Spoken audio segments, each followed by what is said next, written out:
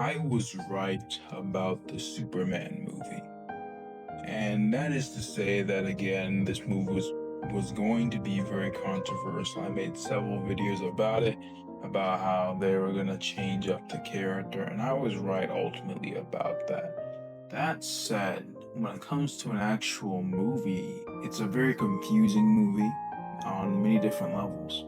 And coming into that with those expectations, I tried to take the expectations out of it and review it from a more logical point of view. And after listening to it and after thinking about it for a little bit, I watched it this last weekend, and I had to, really think about it long term, to figure out what I actually felt about the movie because it was just so confusing. So in the end, I end up with three different ratings for it. I have my out of the theater rating for it. I have my lore based rating for it because you know how well James Gunn handled the lore of Superman. And finally, I have the final rating, the rating that I have after thinking about it, after thinking about the plot holes and everything else, like as an actual movie, separated from the lore. What do I feel about it as an actual movie? After that. And I think what you're going to hear might surprise you just a little bit. So let's go on to the first one, right? The first one is the lore of the movie, just not lore of the movie, actually, sorry. The first one is the out of the theater rating. And it was pretty good, honestly. Like, out of theater, it wasn't like amazing. Some people are saying that this is a really amazing movie.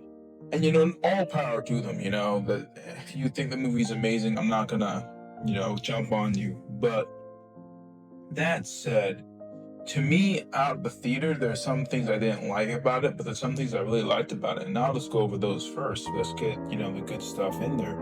Give the devil his due and so on and so forth. And what was really good about the movie from the Superman perspective was Superman, what we call it in my house, we call it people feats. So it's like a thing of Superman being just a nice, kind person. And we really saw that throughout the movie. He was actually a good, kind person. And the way he did things, I really liked that. He was a good person through and through. And that was great to see. He actually cared about people. People seemed to actually like him for the most part. I loved seeing that parts about it.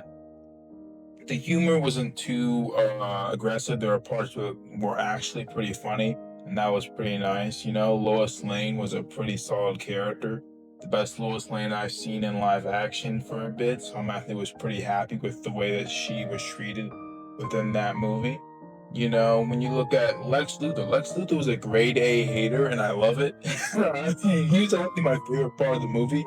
And the people I was with, I talked to my brother about it, I talked to my sister about it. They really liked Lex Luthor for the most part. My brother being a big fan and, of how much of a hater he was. So again, Lex Luthor was a very cool part of the movie. Loved a lot of parts about it. The plot wasn't the greatest, but again, we're talking about the good things. There are some really good parts about it. Mr. Terrific. Another character they did a really good job with. The fight scenes were pretty solid for the most part.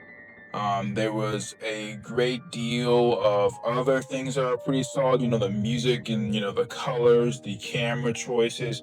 A lot of really cool, solid things about the overall movie. And some of the messaging was pretty cool. So ultimately speaking, after coming right out the theater, my rating was a 7 out of 10. Some other problems with it, which I'll get into later on, but just as a movie out the theater, coming out of it, 7 out of 10. But now to go into the other part about it, the lore. Now the lore rating is a 4 out of 10. And why is the lore rating a 4 out of 10? Well, before, I talked about how Superman is different, Paragon of Virtue versus an everyman that they're turning him into. I'm not going to get deeper into that. I have three other videos actually talking about that idea in the first place, so I'm not going to get into it again in this video. But that is one of the problems I had with it when it comes to the characterization of Superman. But the other characterization problems I have, which gets it to be a 4 out of 10, yeah, again, some people might say that you're going against the movie too hard because again they put a lot of really crazy comic book elements into it, like Crypto, the super dog, Superman having these robots that defend the Fortress of Sol, to the Fortress of Sol actually existing. There are some really cool elements that are there, but there are other elements that, while they're there, the characterization is off. Kind of like with Superman. Superman is there with the suit that's comic book accurate. He has some personality traits that are there, but at the same time, he's missing some of very important ones. He's missing part of the core of his character. And the same thing went for other characters. So, for example, I don't really like Jimmy that much. Jimmy, I don't really care for him, but he was just kind of there. It wasn't that big of a deal. I didn't like Crypto, the super dog. I just didn't like him. I, talked to the people I was with. I was with my sister, and she didn't like him. She thought he was absolutely terrible. I didn't like anything that had to do with him, to be honest with it. I didn't really like that at all. I know James Gunn has his thing with the dog and whatnot, but I didn't like it. It led to one of the worst scenes in the entire movie, which I've already talked about in a previous video, the "Where's the Dog" scene. And when you look at all that, I didn't like that. But the one bigger point, this is about to get into more spoiler type territory, and just fair warning, we're going into spoilers here, is there's a scene at the very end, with Supergirl. So Supergirl appears. She's this drunken idiot who flies from different planets to, get drunk under red sun and whatnot, which is just not the interpretation of Supergirl that I really like, that I really care for. Supergirl is supposed to be very similar to Superman, and that's supposed to be a big thing. And it goes deeper with this other idea, which I'll go deeper into that as I go to the other idea that really ruined Superman, this lore-breaking thing that almost everyone is talking about who's watched the movie, which is the idea that Superman was sent from Krypton not to be a protector of Earth, but to be basically a conqueror, to repopulate his Kryptonian race with, from getting women and whatnot. They basically turned Krypton into Viltrum, Viltrumites from Invincible.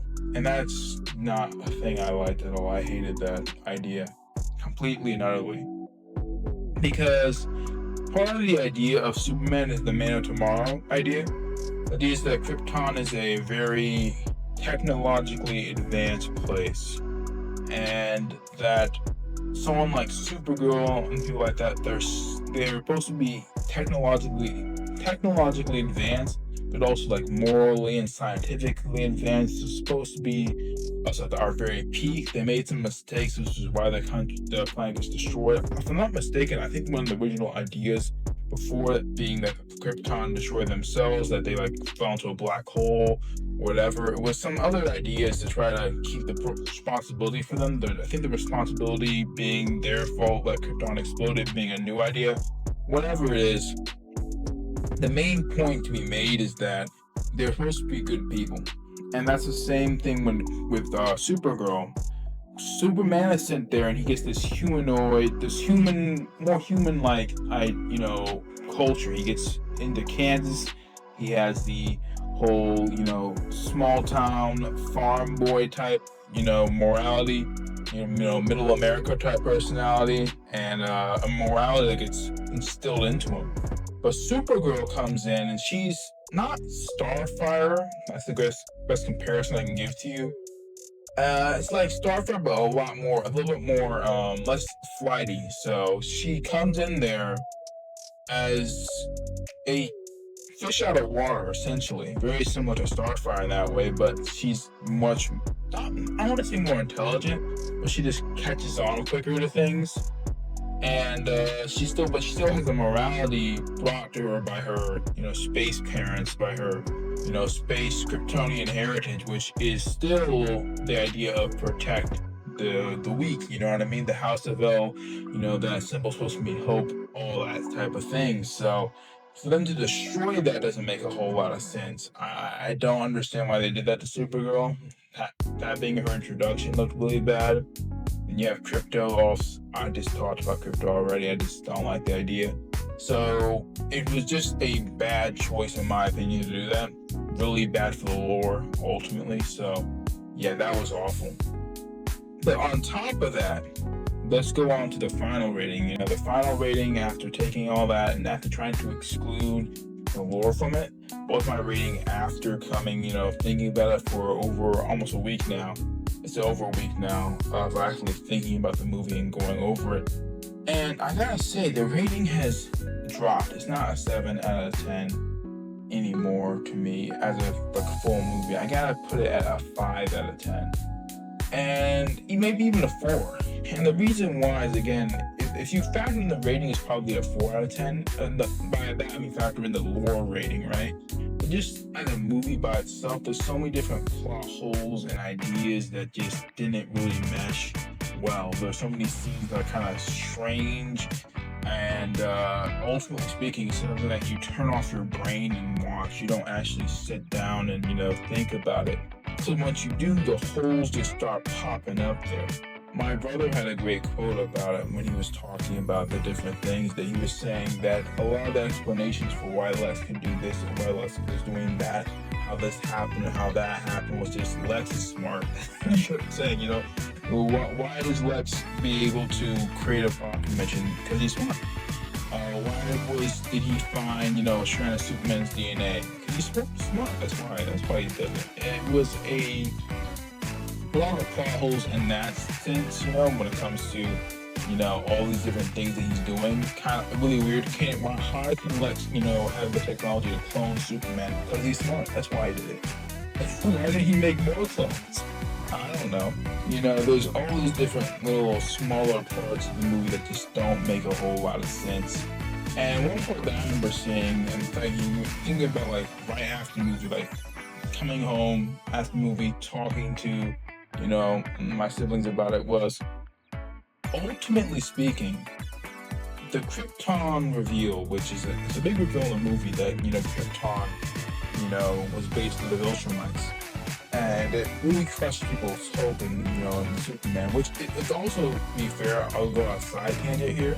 That was a really weird scene in and of itself, because these people just hear on the news, which is, first of all, it's weird in and of itself. The news kind of somehow translated Superman's message, the message that he got from his parents, which is, again, how did they translate the message to begin with? They said linguists and will not translate it, but it's like, if you're a master at Spanish, that doesn't mean that you can all of a sudden understand Japanese. But you translate a Japanese text, that doesn't make any sense. But putting that aside, that's another plot hole to add onto it. But they found out that this guy is basically, in their minds, a conqueror. He's come from a different planet to subvert you guys, make him pretend like he's a good person. He's incredibly powerful, just defeated a massive kaiju in front of you. And you hear all that, and their reaction is to yell at the guy and throw a can in the back of his head. That is some grade A stupid choice making right there. That is that's Darwin. That is a Darwin award right there for you. That is natural selection. He turned around and lasers you like the Homelander scene. I mean, it didn't make any sense from a logical perspective to do that, but at the same time, I understand that actually it's kind of like my faith in humanity is so low that I actually believe that someone would actually do that. Someone would actually throw a can at the head of a guy who they believe is a dictator from a different planet. That is crazy. But regardless, it's just a weird idea, a weird scene. But the point I was trying to get to, I almost lost myself there in these different side tangents. But the point I was trying to get to is that why is that a big surprise to everyone? The thing is, Supergirl appearing at the end makes it weird that it's a surprise to Clark that Krypton is like that. Because Supergirl is there. Supergirl lived most of her life on Krypton. She should have been able to tell him what Krypton was about. more importantly, not only should be able to tell him what Krypton was about, she should have been able to decode the message. It doesn't make any sense why, again, they wouldn't know. Like the robots who were sent with them, they're Kryptonian robots. Why don't they know what Krypton was about? Like that doesn't make a whole lot of sense. Why neither the robots or Supergirl wouldn't be able to tell him that Kryptonians were basically Viltrumites and wanted you to, be a dictator and take over the entire world. Like that doesn't make any sense to me as a plot point. That's what I mean when I said before. When you think more deeply about the movie, it falls apart. The many different perspectives, it just starts to fall apart. Parts of the plot just don't fit together properly. I feel like you could have used a bit more time to actually figure out these questions, but they didn't. And again, that's unfortunate. But if you just wanted to watch a movie to turn off your brain for a bit, just watch a movie, as they say, let people enjoy things, bro. If you want to do that, you can do that. I think that's perfectly. I don't think it's fair necessarily. I think there's a stupid idea to let people enjoy things, kind of. I think the implication is actually, instead of letting people enjoy things, just shut up and stop talking. Don't ask questions, consume next product. That quote and all. That's the overall, underlying statement of it. But it is true at the same time, because all great sayings and lies or truths, have kernels of truth in them. So the kernel of truth in them is that, yes, if someone genuinely likes this Superman movie, there's no reason to jump into them and attack them for it. It is what it is. That's their preference. They like this thing. And if they like slop, it is what it is. I don't want to hit them with that, but yeah, that's what it is. So again, if you just want to watch a movie just to have some fun, go ahead and do it. So the fight scenes were pretty solid. They weren't that destructive. I'll mention that again in one of my other videos. I think I mentioned that at least. The fight scenes looked super weak. That the Superman looked weak. Millennials have an obsession with weak Superman. That's a video from another day. But for some reason, Superman is far weaker in recent movies and TV shows. I don't know what's going on. But he used to be an actual powerful guy, and now he's kind of weak. I mean, some people will say that no, he's strong here, he's strong there, but destructive power-wise, again, I hate to make Zack Snyder a great example of this, because then Zack Snyder's Superman, Man of Steel, has other problems. I will say, watching the movie recently with some of my, siblings, and, we did admit that the movie was better than what we thought it was. So, I think it's unfairly maligned in some ways, but in some ways it was fairly maligned. It was fairly categorized as not being a great Superman movie in so many ways. But the overall point I'm trying to get to with it is that some things would happen and Superman just felt weak. In the past, when Superman flew up in the sky, and you have the what's the name? Ultraman? No, it's not. Ultraman. When Ultraman's grabbing onto him and he flies into the sky and he comes all the way back down.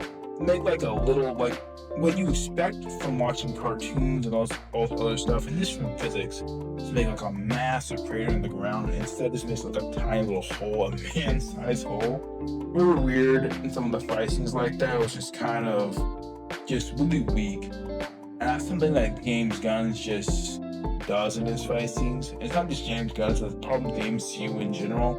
We'll have to get into that in another video. But yeah, that's just a small aside. Ultimately speaking, again, the movie is pretty solid. If you turn your brain off, it's a pretty solid movie. Nice, mostly family friendly, mostly. So I'm not surprised it's making money right now. I think it makes perfect sense that it would make a significant amount of money. And I'll put it 5. 5 out of 10 from, if you're looking at it from a deeper point of view. 4 out of 10 if you're really into the lore, if you're a little big lorist. And 7 out of 10 if you want to turn off your brain. So that's the review. And I'm at this end the video here. It's getting a little long, so I'll see you guys in another video. Like, share, comment, subscribe, all those good YouTube things help Joe grow the channel. And I'll see you guys in another video. Tiger back. Until then, stay ferocious.